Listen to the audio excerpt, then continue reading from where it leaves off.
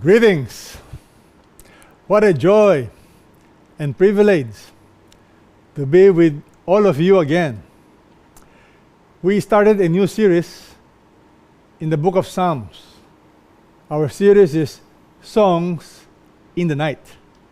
In the midst of uncertainties, sickness, or even death, in the midst of COVID-19, how should we respond? Do we respond in fear, in anxiety, or can we learn from Psalm 46? The title of today's message is Be Still, Know I Am God. What does it mean to be still and know I am God? So let me explain to you how this phrase is going to be used in Psalm 46. Psalm 46, verse 10 tells us, cease striving and know that I am God. Here's a command. Cease striving. Why? I am God. Meaning, be still. The word cease striving can be translated in many ways. One is be rested. Be still. Be calm. Stop fighting. Stop fretting. Relax. Let go. Let God. I'm going to explain that in a short while. Be still. It's only possible when you know God. Know I am God. That's why A.W. Tozer once said, the most important thing about you, about us, is what we think about God. Why? Because when you have a low view of God, when you don't think of God properly, it will affect your emotions. It's going to affect your behavior. I submit to you, the knowledge of who God is foundational to our Christian life. You need to know Him. If you don't know Him, how can you trust Him? If we don't know the Lord, how can we be still? How can we stop fighting, stop struggling? The context of Psalm 46, notice the beginning. It talks about Psalm 46, you have the subscript, the super subscript. Many scholars like to tell us it is also inspired by the Lord. These are in the original. For the choir director, meaning it's supposed to be sung. Psalm means praise. It's music with instrument, singing with instrument. A psalm of the sons of Korah set to Alamoth, a song. The Alamoth is describing young women. So women will also sing. It's an amazing choir. Here's the context. God is our refuge and strength, a very present help in trouble. Therefore, we will not fear. Do you notice? It is the knowledge of who God is. The psalmist begins by saying, God is our refuge and strength. What enters your mind when you think of the word refuge? What enters your mind when you think of the word God is our strength? Notice, a very present help in trouble. Therefore, we will not fear. Notice the description. It is catastrophic. The Bible is not written in a vacuum. It's written facing the realities of life, the problems of life. Here is a description. Though the earth should change, though the mountains slip into the heart of the sea, what can be more devastating? What can be more cataclysmic than the earth should change? The mountains slip into the heart of the sea. It reminds me of volcanic eruption, massive earthquake. This is danger. But notice the conclusion. Therefore, we will not fear. because God is greater than all our problems. That's why it says God is our refuge and strength. I'm going to expand Psalm 46. Turn to your neighbor and tell your family members, be still, be calm. Know I am God. This is foundational. If you don't know who God is, you begin to fret. You begin to compromise. For many people, their God is very small. They think Satan is always stronger than God. They think that people in government is always thwarting, changing God's plan.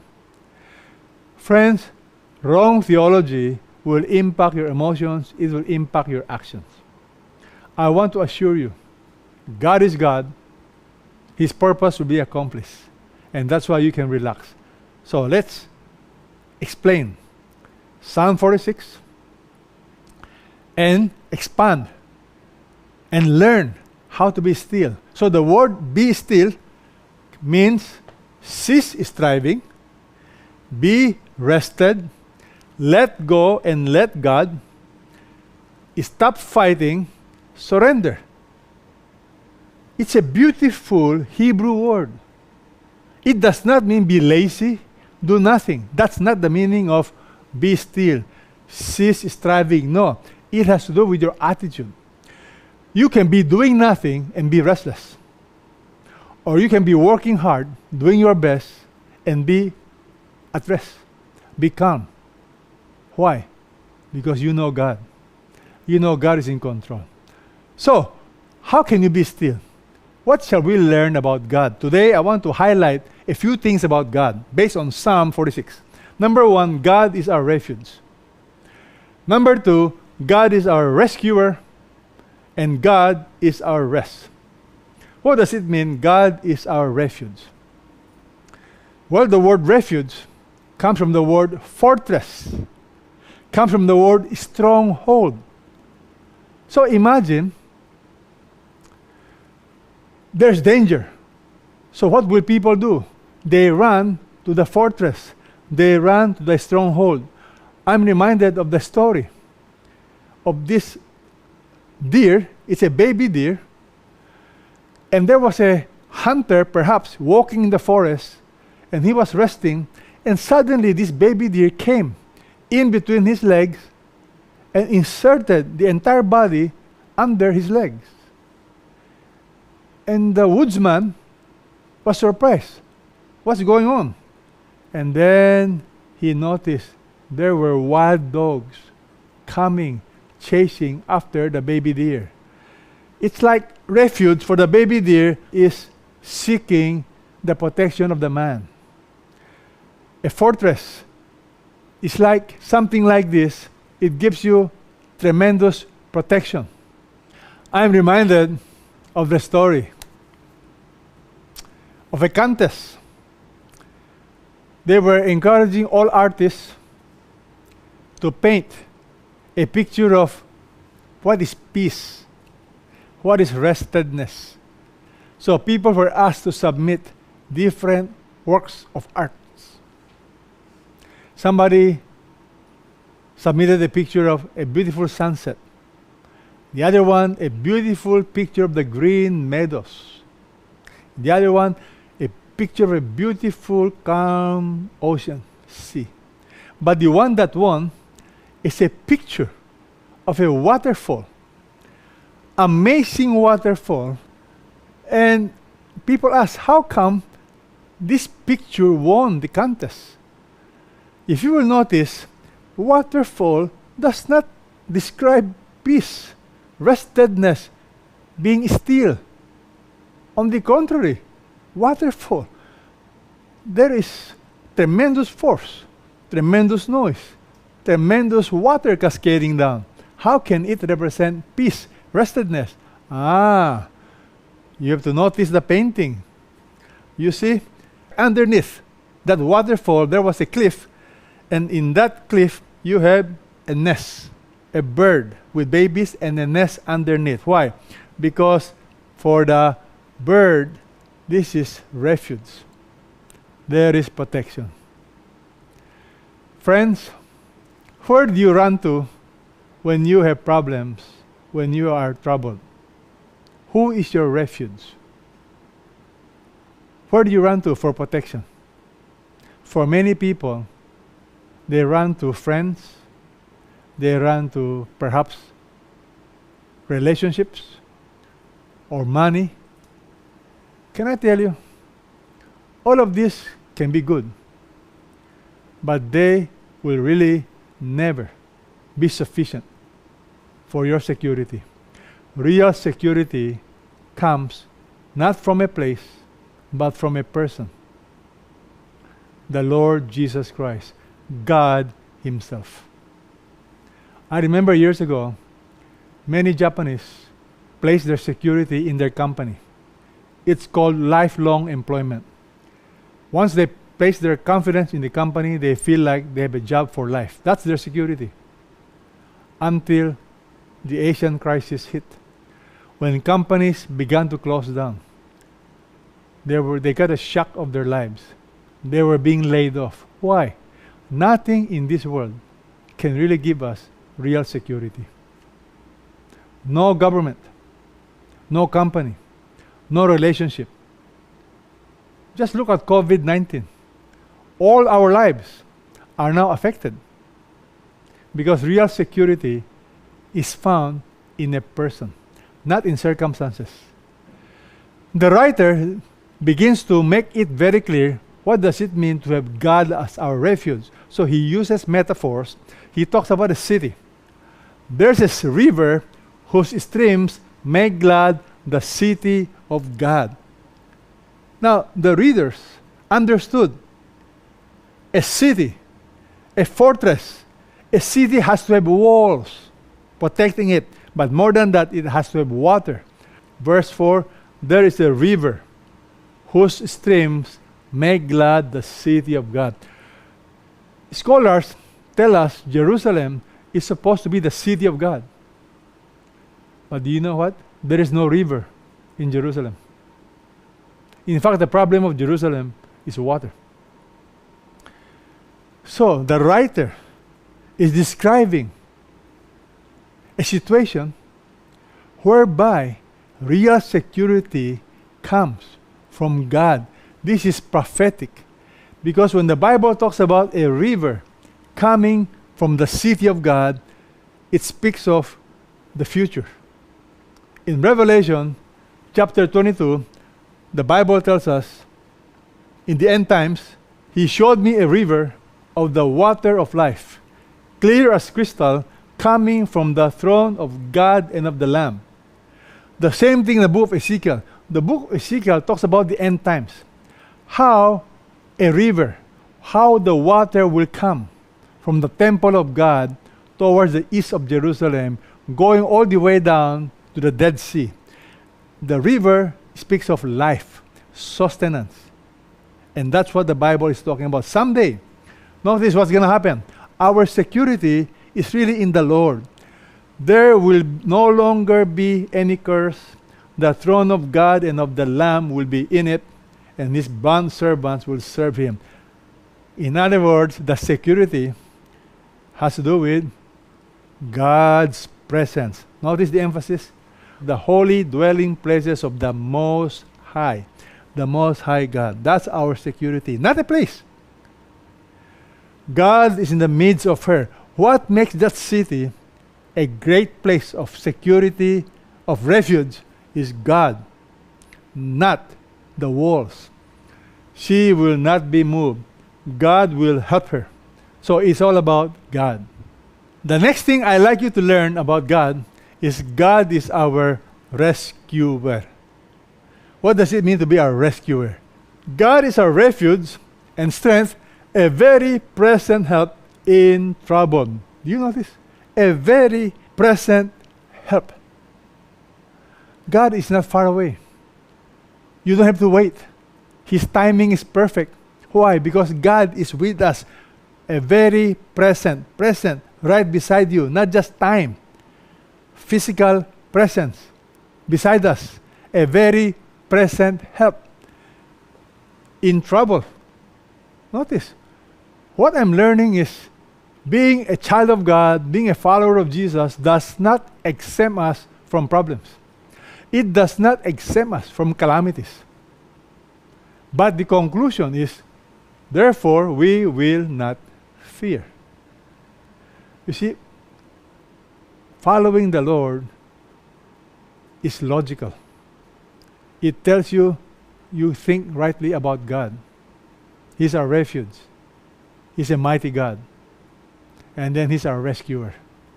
Last week, I was having Zoom conference with our Middle East chapters. We have many satellites in the Middle East. I was so inspired by all the leaders.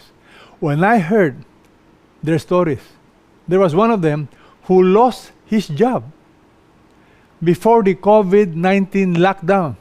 And he was asking God, why will I lose my job?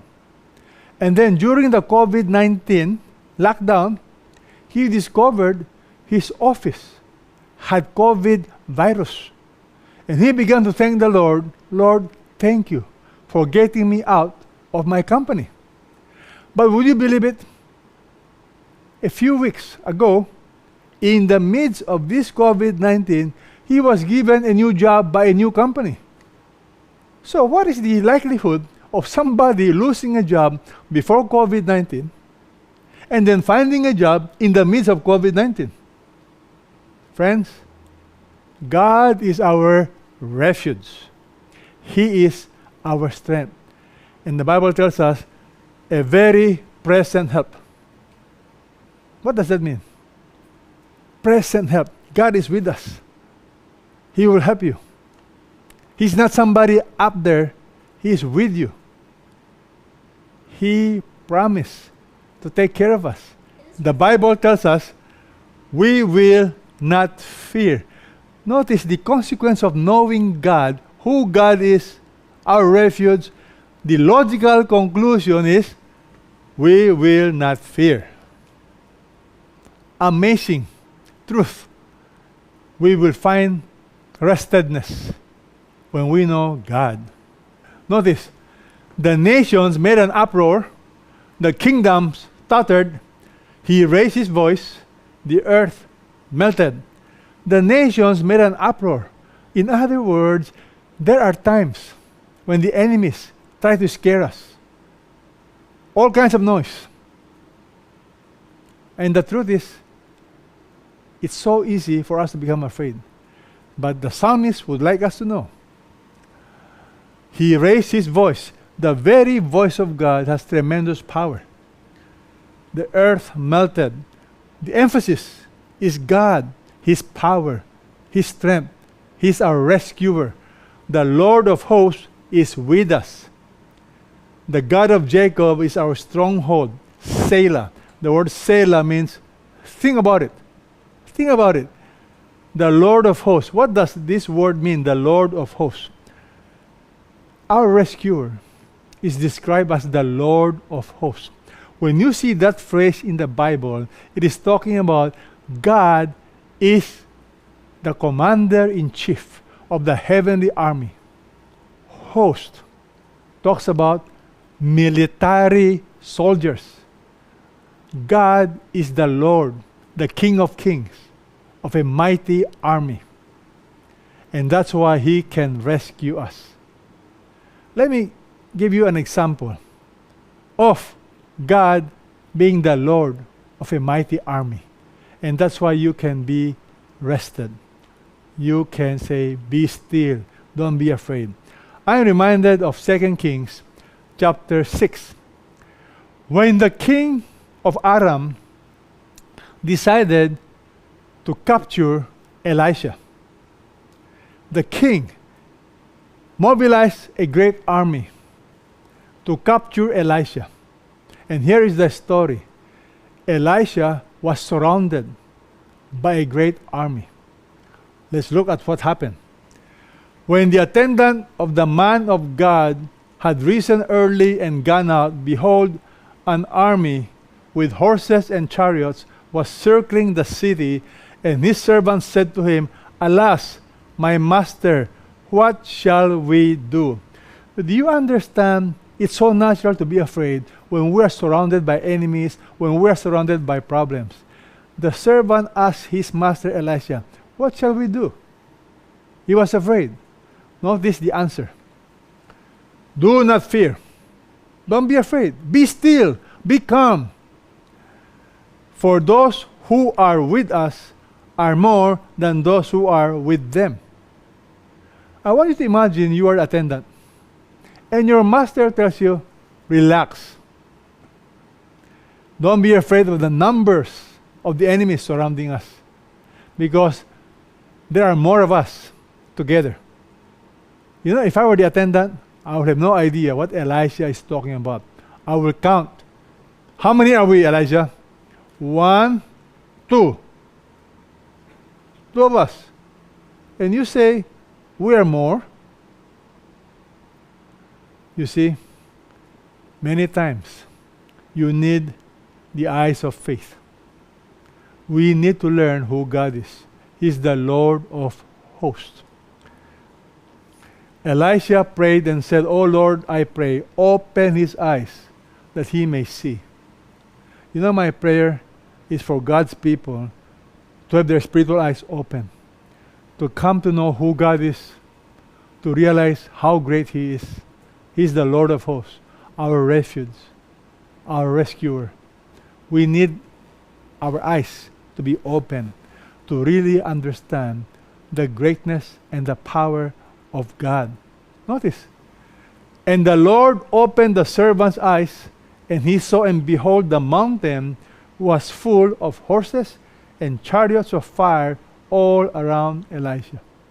If you were the attendant and you begin to see what is surrounding you, it's not just the physical enemies, the army of Aram, which is present-day Syria, but you see the armies of the living God.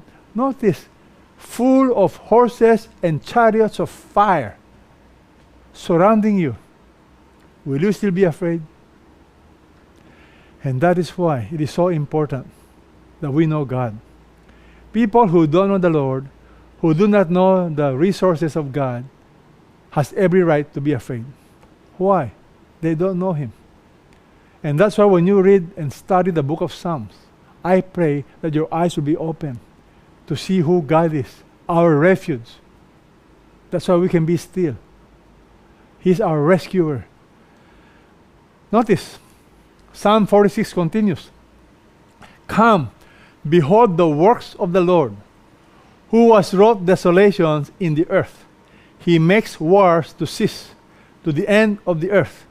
He breaks the bow and cuts the spear in two. He burns the chariots with fire." Do you notice? The first command given in Psalm 46 is this phrase, "Come, behold." It's a command. You come, behold. See what God has done. In other words, to find out the amazing God who is our rescuer, our refuge, look at what he has done. He brought desolations, devastations. Wow! God assumes responsibility for devastations. He makes wars to cease. He breaks the bow and cuts the spear. In other words, God is sovereign. Can I tell you? Many scholars like to believe when this was written, it has to do with the context of the time. It has to do with what Hezekiah experienced. In Isaiah 37, history tells us, the Bible tells us, Assyria, the rising world empire, surrounded Judah, surrounded Jerusalem. And they were so scared. And this is the story. They began to pray. They turned to the Lord, not just to be their refuge, but they asked God to be their rescuer. And this is what happened. The Bible tells us God spoke through his prophet.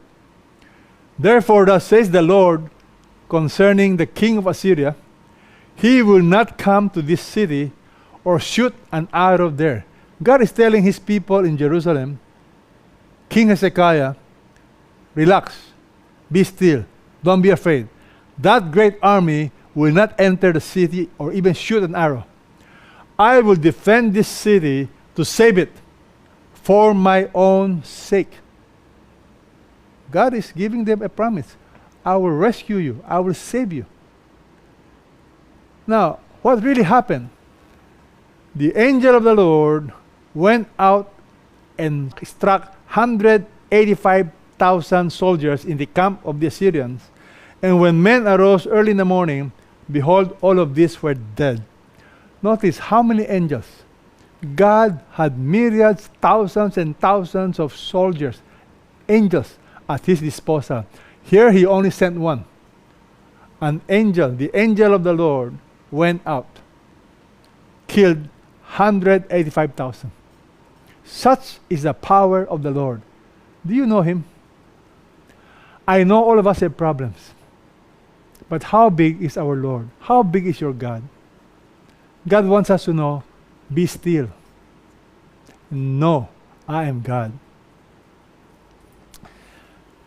God is our rest. He's not only our refuge, not only is He our rescuer, He is our rest. Only in the Lord can you find peace and rest. Notice the command. Cease striving and know that I am God. This is a command. Stop striving. Be still. In some version, be still. Be calm. Relax. Let go. This is a command. Now, in the Hebrew language, you have different kinds of verb. This is in the special form. It's causative. What the meaning of this phrase is this. Cease striving, and you will know that God is God. No is a command. And it is also God that will cause you to cease striving. You see, to cease striving comes from God. He helps you. At the same time, when you learn to cease striving, you come to know. It will cause you to know God even more. Amazing truth. You cannot be still if you don't know the Lord. At the same time, once you learn to be still, let God be God, the more you will know who God is. Cease striving. No, it's a command. No, I am God. What does it mean? That I am God. You see, the Bible tells us there's only one God. Do you know who God is? For example, Isaiah tells us that men may know from the rising to the setting of the sun, there is no one besides me. I am the Lord, there is no other, the one forming light, creating darkness, causing well-being, and creating calamity. I am the Lord who does all of this. God makes it very clear. There is no one besides God. There's only one God. And who is He? I am the Lord. Capital L, capital O, capital R, capital D. I am Yahweh. If you translate that to the Greek language, that same word Lord is used to describe Jesus. There is no other. In other words, God is saying, you better know who I am. I'm the only God. There's no other.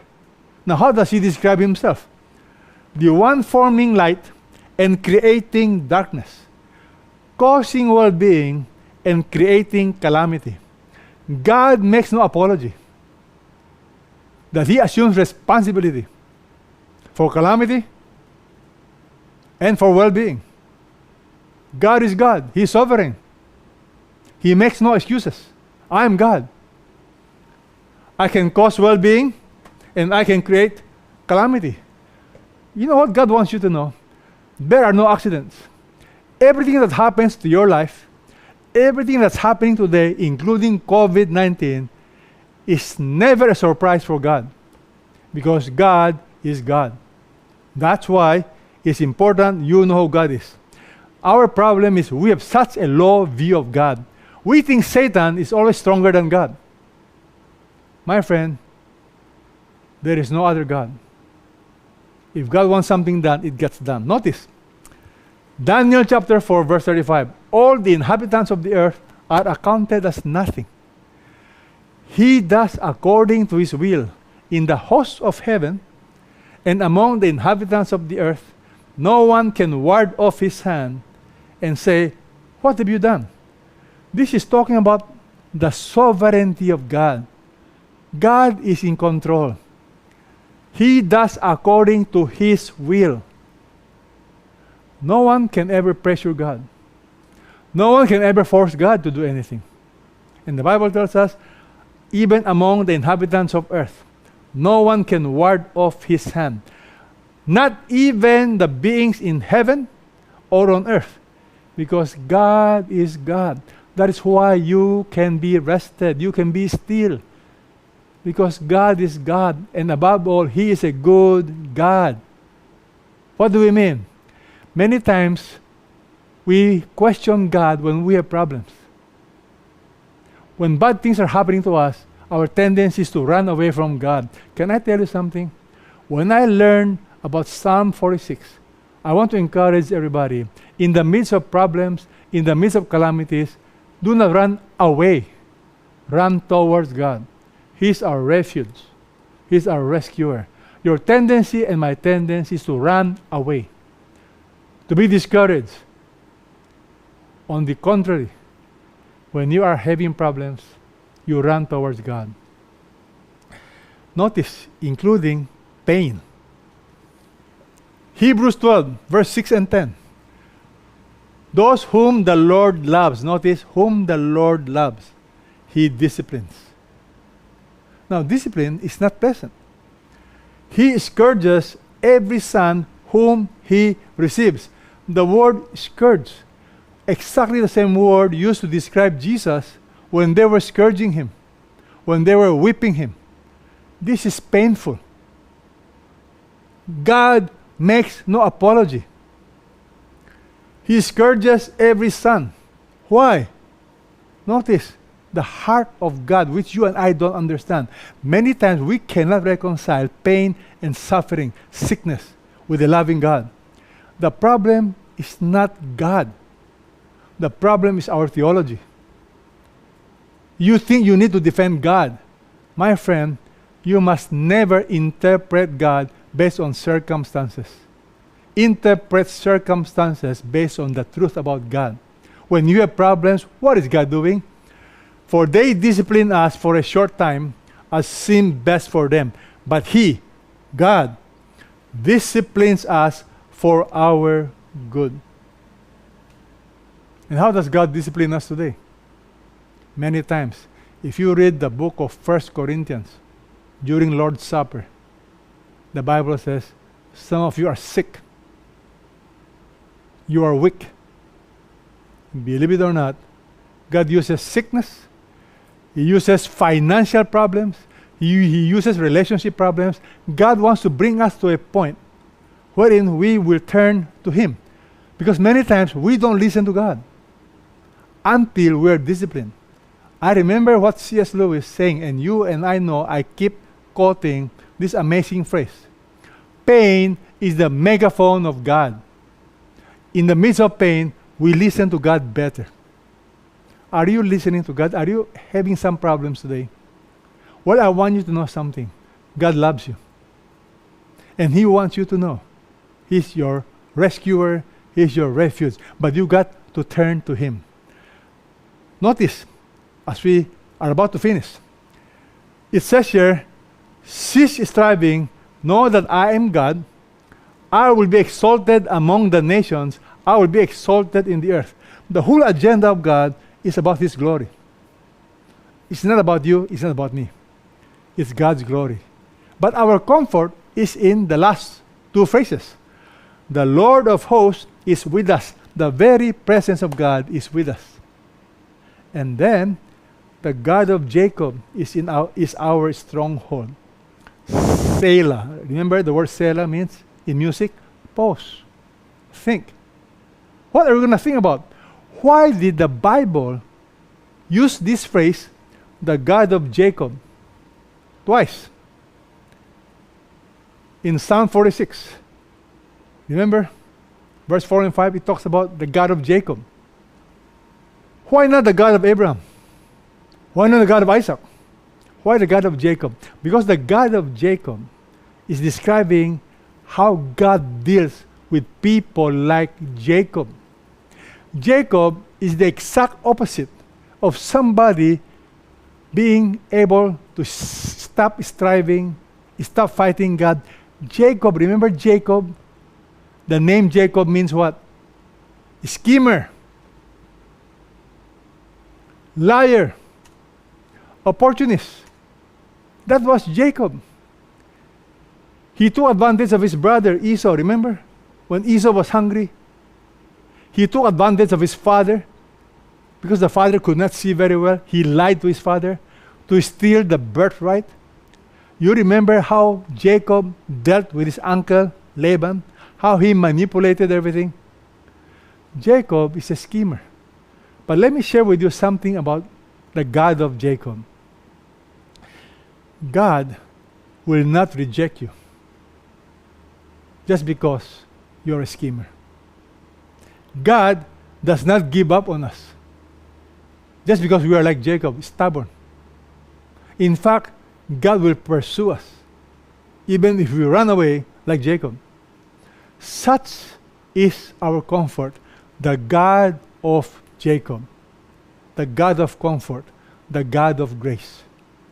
And that's why you can learn to be still, because the God of Jacob is our refuge, our stronghold. He protects us. Do you know this?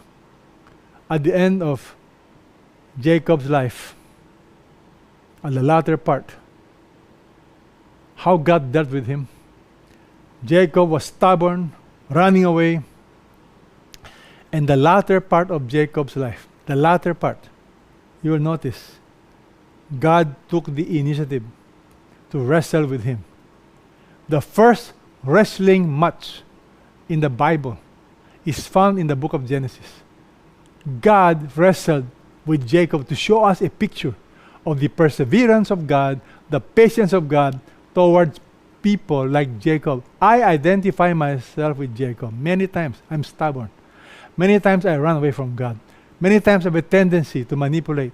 But by the grace of God, after experiencing the grace of God, the discipline of God, notice what happened to Jacob. Genesis 32. But he, Jacob, said, I will not let you go unless you bless me. You see, Jacob was wrestling with the Lord, and he grabbed hold of God. When did he grab hold of God? When God touched his thigh muscle. Jacob was crippled for life. He could no longer run. And he clung on to God. And he said, God told him, what is your name? Notice, Jacob asked for blessing. Bless me. And God said, what is your name? And he said, Jacob. Now, what has blessing got to do with what is your name? I believe God wanted Jacob to face the reality of who he is. Jacob was a schemer. The word Jacob means schemer, cheater. Who are you? What's your name? Cheater. What's your name? Schemer. But notice what God did. He said, your name shall no longer be called Jacob, but Israel. For you have striven with God and with men and have prevailed. Notice Israel, meaning the Prince of God. That such is the God of Jacob. He can transform us. God will pursue you. You can be still. You can be at rest because God's purpose will be accomplished in your life. And that, I believe, is a message today. No matter what's happening outside, no matter what's happening in your heart, struggle, whatever, be still. What does it mean to be still? Let me remind you, the word be still means stop fighting against God. Stop striving. Many times we focus on just be still, be rested. No, literally, it also means stop fighting. Stop fighting against God. It means surrender. That's the meaning of the word Be still. That's the meaning of the word cease striving. Because God is God and you are not God.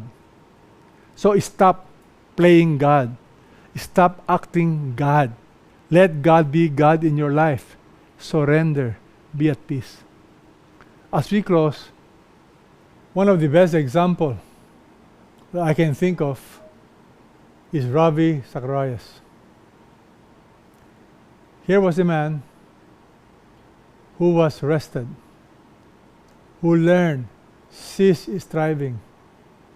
Ravi was prepared to meet Jesus. When the doctors told him there's nothing else they can do, he did not complain, did not ask God why. He was ready because he knew the Lord. He knew God.